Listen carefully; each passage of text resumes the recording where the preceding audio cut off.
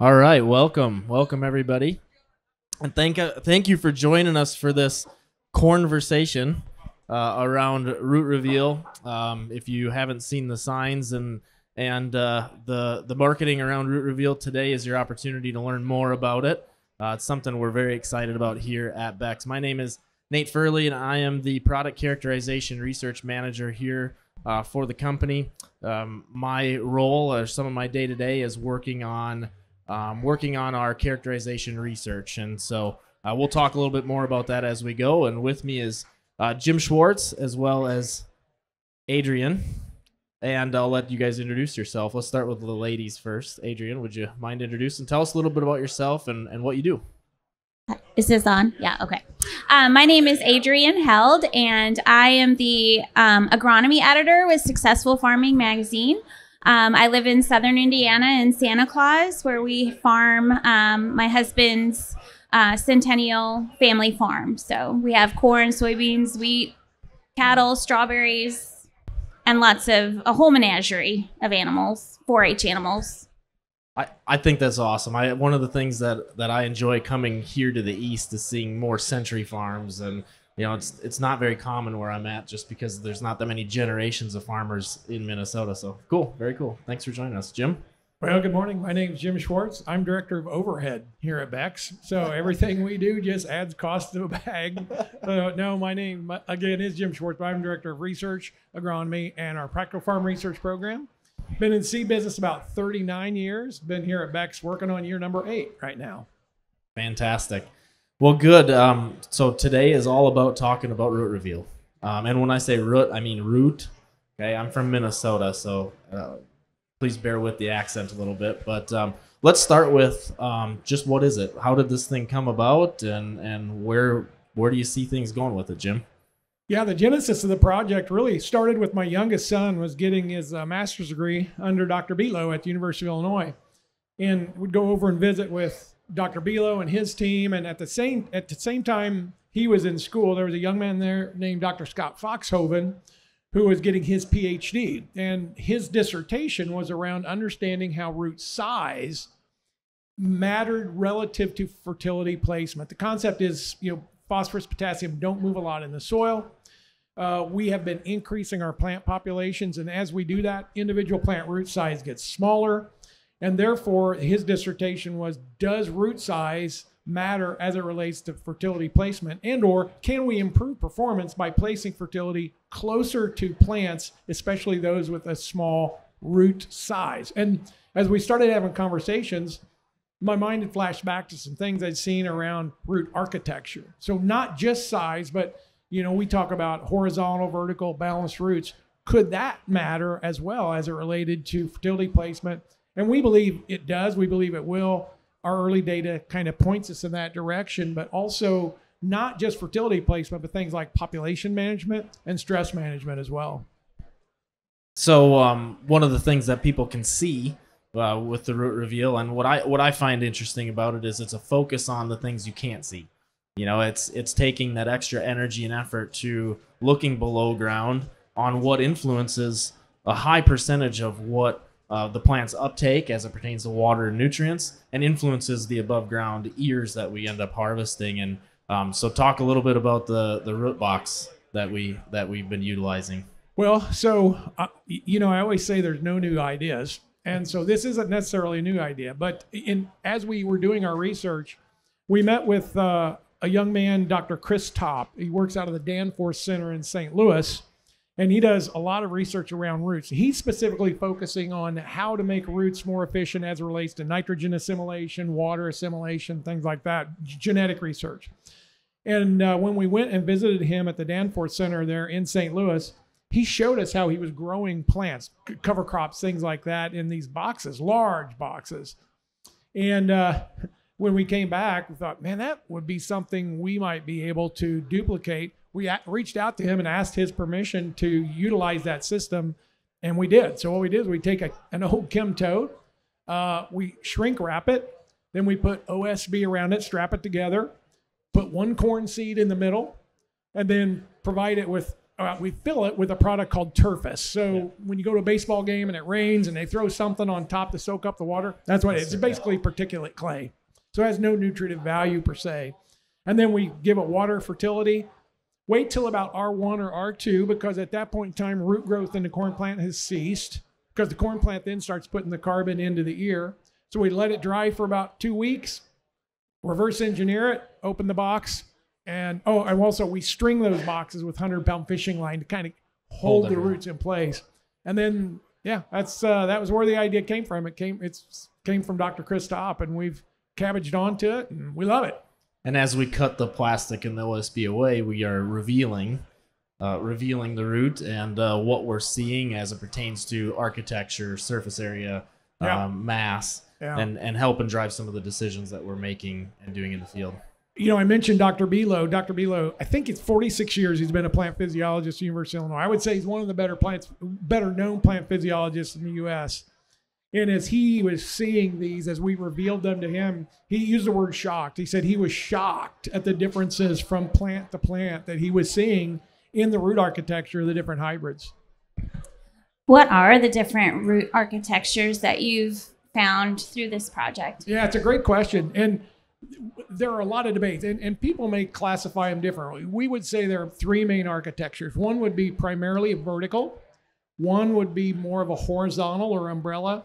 And then the third one we call it balanced. It's somewhere in between those two, but we classify into three different groupings.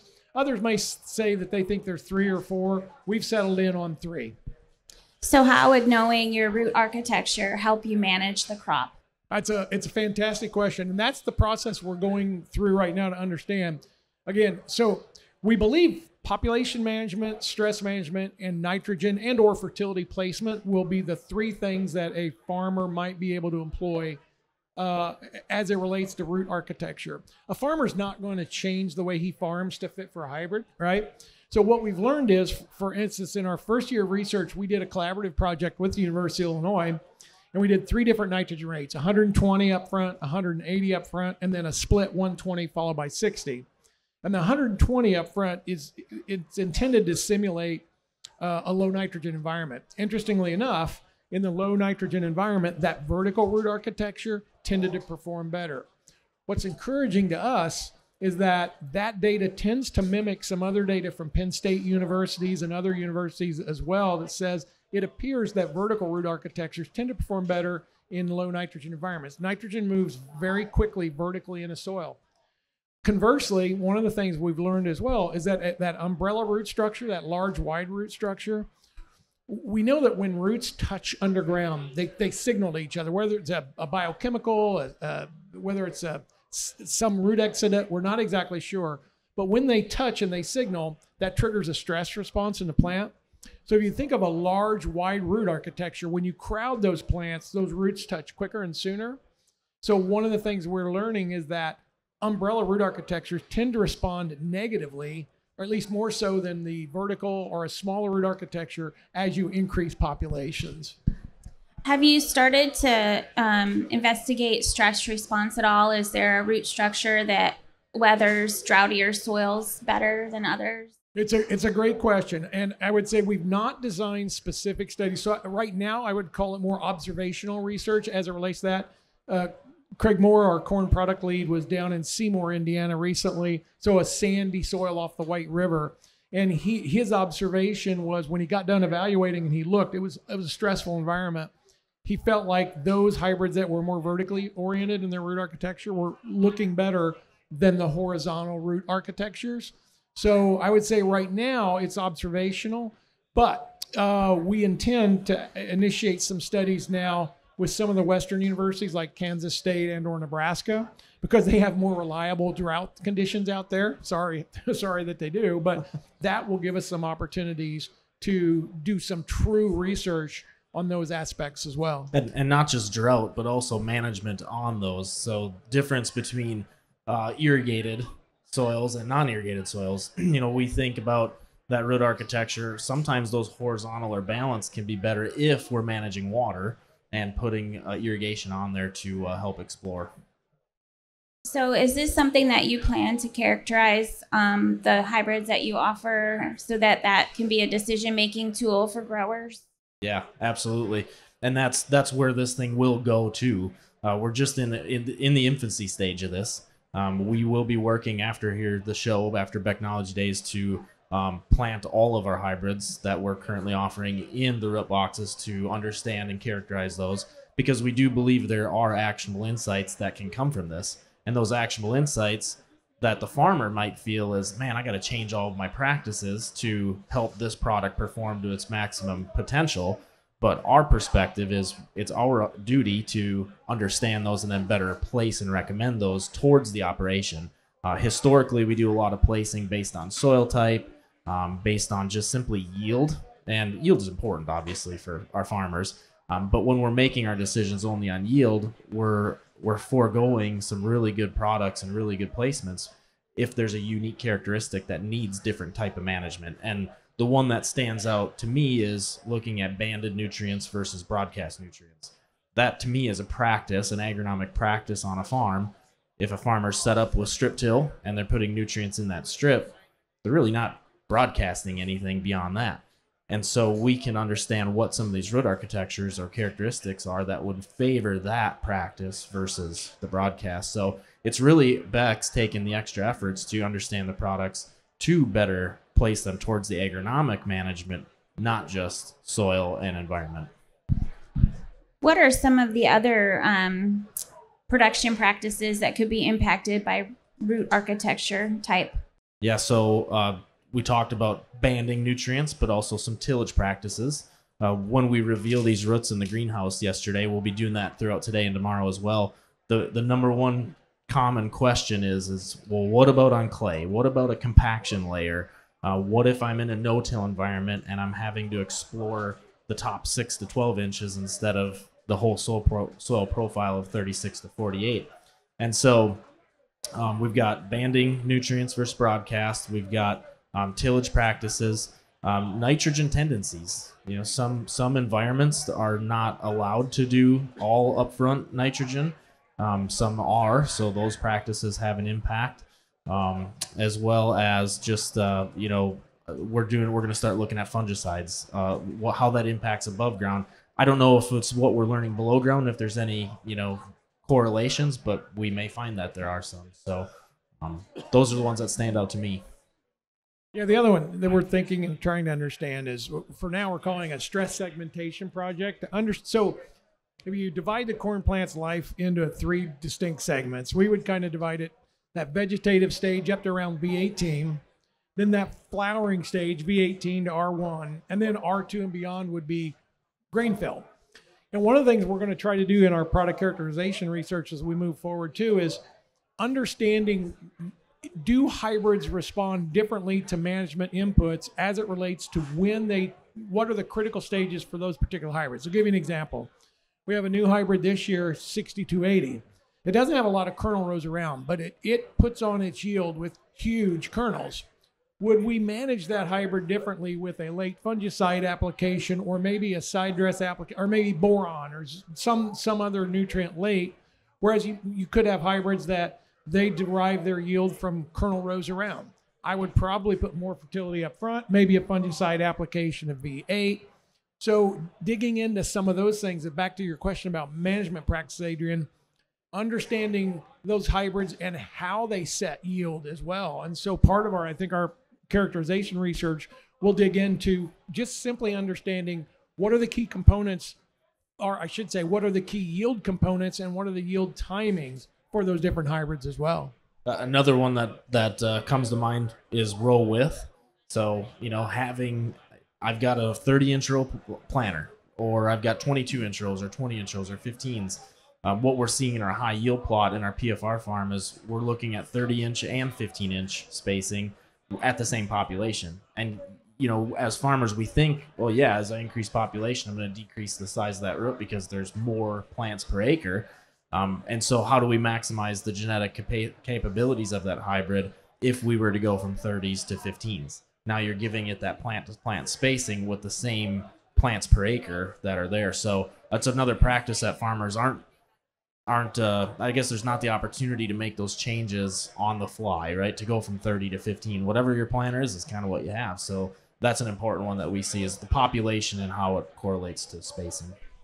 Is there, in your studies that you've done so far, is there a root architecture that responds better to a higher population versus row spacing? Yeah, the more vertical responds better to higher populations. And I call the horizontal, the very wide, they umbrella out, they branch out. I call them the backseat kids. It's don't touch me, don't touch me, don't touch me, because once they signal, then it changes the mass, it changes the direction of how they're moving. And so if we can give them the space to express their full characteristics, then we don't limit anything as it pertains to the full capacity.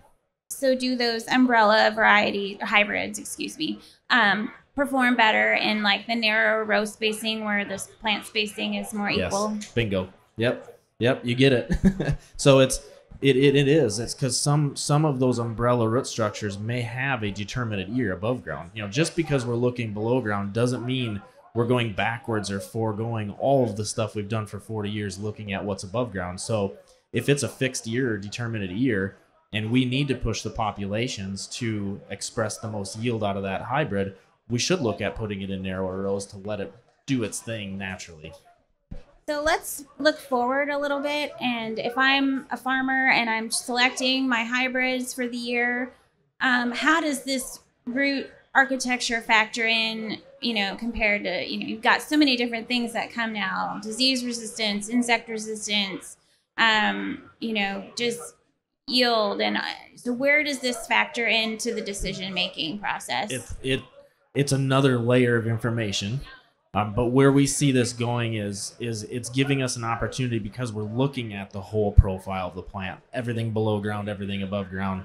It gives us an opportunity to essentially bucket our hybrids and say, if this is your management practice, here's your 5 hybrids that may be the best fit for your operation. It's a compass pointer. It's pointing in a better direction than just saying, well, in so-and-so's plot, this was the highest yielding one, so you should try it and see if it works.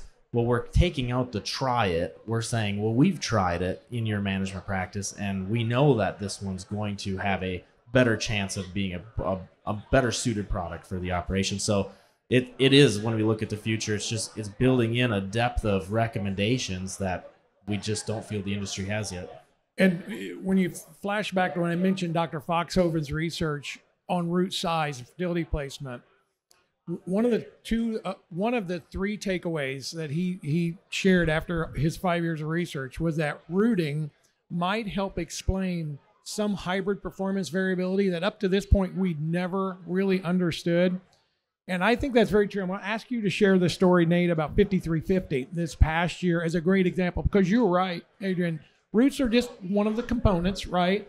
But one of the things we're trying to do is de-risk some of these management decisions, because you can do the right, disease tolerance, all the right things, and still have product failures. I tell people I've been in this business 39 years. I can't count the number of times I've recommended a hybrid and it fails, and I don't understand why. I was sure I recommended the right hybrid, and that we think we might be able to start de-risking that a little bit by adding this as a component. Nate, would you share the 5350 story? Yeah, 5350, 103-day hybrid that we launched. We spent a lot of years developing it and bringing it to market because it performed better than something in that 103-day range that we were looking for to add to the portfolio. And what we did is, and the industry does this, is we do 5 to 7 years of testing on a product with yield, comparing that product to another one. And then we send the plot bags out to the dealers and say, try it, see what you think of it. And that's how we compile where and how we're going to recommend these products based on yield. And we got excited about it, looked great. And at the end of the year, I was hearing feedback from our sales team in the north saying, we're just not that excited about it. It just didn't seem like it was that great of a hybrid. So took a 100-mile radius around my farm through our website. And anybody can go to our website and do this. Selected that hybrid, and it compares it to the mean within each plot. And sure enough, I found a 7.9 bushel reduction versus mean with the around 15 plots that were compiled in that 100-mile radius. And I went, I'm not getting that excited about 7.9 bushel below mean either. But what stood out is there was a few plots that it was number 2 or 3 in the 17 hybrid set. And so looking at that, I understood, well, wait a minute, I know so-and-so Nick is strip tilling, and I know so-and-so is putting on a fairly high rate of nitrogen, split applied 3 times throughout the year. So I segregated the high nitrogen application and or banded nutrients of nitrogen versus the broadcast one and done, and found that in those banded or higher nitrogen, it was a 3.5 bushel above mean, 3 out of 17 rated in those sets. And then everything else was a 19.3 bushel reduction over mean, which was towards the bottom of those 17 sets. And I knew this because of what we're doing with this characterization protocol. And what we're doing there is taking a hybrid and comparing it to itself under 21 different agronomic management practices: population, nitrogen placement, nitrogen rate, fungicide applications, all at 3 different populations.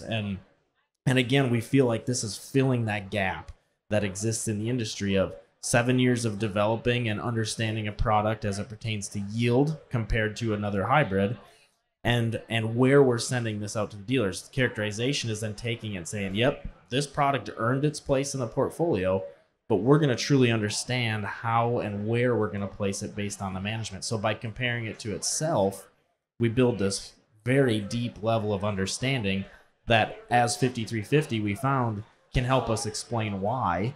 And just like that, the sales team went, okay, I can get excited about this hybrid because I have a customer that's banding nutrients, and that architecture of very vertical and what it offers is probably going to be a top product on that operation.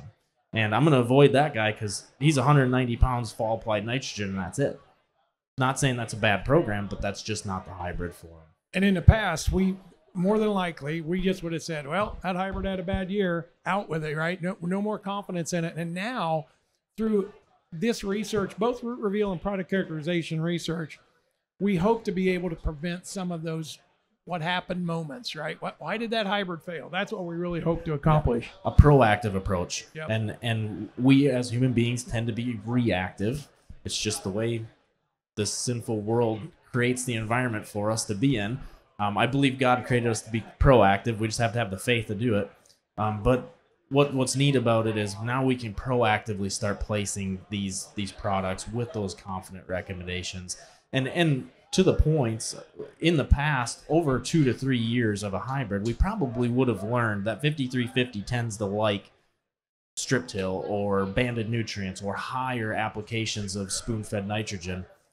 But it would have taken 3 years to get there. And by that time, we know that product turnover in the industry, because of genetic gain, is real. So by the time we learn it, it's on its way out. And then we go, oh man, I wish I would have had it for this situation. And we are in a reactive position. So this gives us a proactive position to really be confident in the products. So you had mentioned that this is really in its infancy to understanding root architecture. What are you looking to do next? That's a really good question. I would say one of the things, as we open these root boxes, one of the things we see is big differences in the morphology of the roots, right? We have some hybrids that have very large roots, some hybrids that have very fibrous hair-like roots. And we're making assumptions today, but one of the questions I think we have to start understanding better is, what impact does root morphology have on a hybrid's performance as well? For example, clay, right? We went back. One of the things we did when we started this project, Adrienne, was we went back and said, okay, what are some hybrids that we know very well and we understand their performance? So we went back and looked at a hybrid that had really good stress tolerance over the years in clay soils, 7997. And what we did, we grew a box of it and opened it up. And what we found was it didn't have a lot of roots, but it had a lot of very large roots that went very deep. We're like, oh, well, so that's a very different morphology. So what impact might that have? Does that hybrid have a better ability to penetrate clay soils, especially under stress, access more water? So for us, from my perspective, I would say one of the next steps is understanding root morphology a little better. What about you? From your perspective, what's next? It's understanding it to build the actionable insights, and that's where my role comes in with the on-farm characterization research that we're doing. I shouldn't say on-farm, but in the field. So this year we have 12 hybrids that we put into this characterization protocol. We'll have that data after harvest. And then we're working to design what can this look like to really bring that regional level of information. We don't foresee this being this hybrid's in this protocol and this extensive self-evaluation for 2, 3, 4 years. It's kind of a one and done. It's like, hey, you made it to the portfolio. Now let's really understand you, and then send it on down the line. So gives us the opportunity to test more rigorously on fewer hybrids. I got a question. What do you think from your perspective? You see a lot of technology. You get to interview and write a lot of articles around this. If you think about roots and architecture of plants, what should we be looking at, or what are farmers hungry for in your perspective? I mean, I think it would just boil down to how can they use that information to maximize every acre. In a year like this one where prices are low and margins are very tight, understanding that how root architecture would fit into their management system and help them maximize that yield, I think would probably be something that they would be interested in. Yeah, I agree. The precision farming. I say precision farming isn't the equipment that you use on planters or the things you can add to planters. It's every decision of the operation, and how do we extract out $1 to $2 out of every decision that we make to add up to maybe $15 or $20 per acre profitability difference, which could be the difference this year, unfortunately, between make it or break it, profitability or loss. Yeah. Yep. Well, very good. Anything else that you have from your perspective? I think we've answered everything I had in my own list of questions. Jim? No, I think I like to tell people, they ask me what we've learned so far in root research, and I say that we have a lot to learn. I mean, my life axiom is every day I live, I learn how dumb I was the day before. And man, this research has really, it has really opened our eyes to knowing that there's just so much more to know. And we have to be, one thing I will share is that, when you operate in a biological world with hybrids that have all kinds of different responses to the environment, I doubt that we'll ever necessarily say, here's a hard and fast rule, because there will always be exceptions, right? But I do believe that we are going to develop and uncover trends that we can say these trends tend to be true, that will help farmers de-risk some of those decisions and eliminate or reduce the mistakes that we make with hybrid placement and selection long term. So yeah, we're working with biology. Nothing is ever 100%, but putting the extra effort and energy into this thing, this is hard. This is a lot of work. There's a lot of energy, time, labor, and cash. That's my TLC, time, labor, cash, put into this thing, because we do feel like this is what we can do to help farmers succeed from our hybrid placement standpoint, truly understanding that. So wrap it up. So thank you both for joining, and thank you all for joining us in this conversation session on Root Reveal. Enjoy the rest of your Becknology Days experience. Yeah.